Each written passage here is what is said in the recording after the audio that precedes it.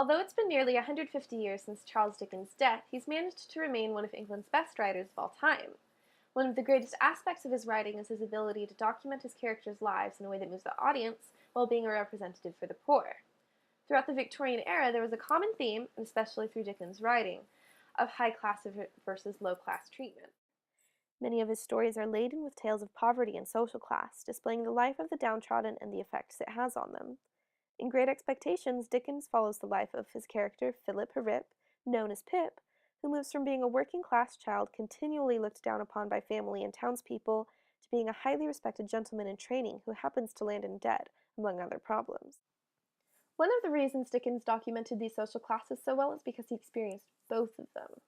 Initially, Dickens lived a relatively comfortable life, having 2 live-in servants at one point and attending various schools.